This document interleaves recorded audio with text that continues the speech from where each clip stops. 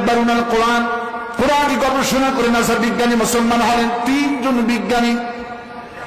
সূরাতুল ফাতিহার উপর রিসার্চ করলেন, এত মধুর সূরা, এত ফজিলতের সূরা, হাফেজ কোরআনকে তারা আহ্বান করলেন। আর কাছের একটা বোতল, একটা গিলাস, 250 গ্রাম পানি, কয় গ্রাম? 250 গ্রাম পানি। হাফেজকে বলছে, বাবা সূরাতুল ফাতিহা পড়ে এই গিলাসে একটু ফু দাও। হাফেজ কোরআন সূরা ফাতিহা তেলাওয়াত করে ফু দিয়ে যখনই ফু দিয়েছেন, বিজ্ঞানী 3টা যন্ত্র লাগানো ছিল, আল্লাহু আকবার দিয়ে পাগল হয়ে গেছে।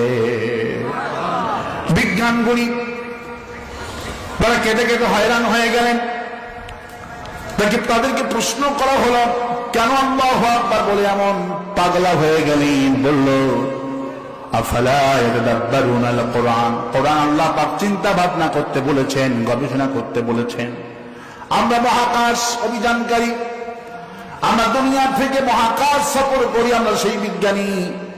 আমরা কোরআনকে নিয়ে প্রতিটি কোরআন কিয়ামত পর্যন্ত বিজ্ঞান গড়ি, কোরআনের কাছে এতিমের মতো হাত পাতায়া থাকবে।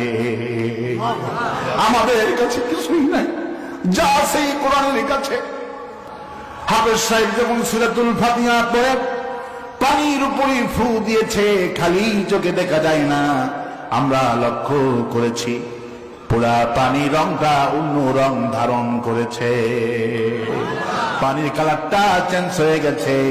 আমরা বুঝতে পারলাম নিঃসন্দেহে এটা আল্লাহ পাকের বাণী। তারা মুসলমান হয়ে পড়লেন, লা ইলাহা ইল্লাল্লাহু মুহাম্মাদুর রাসূল। ভালো হয়ে যাবে।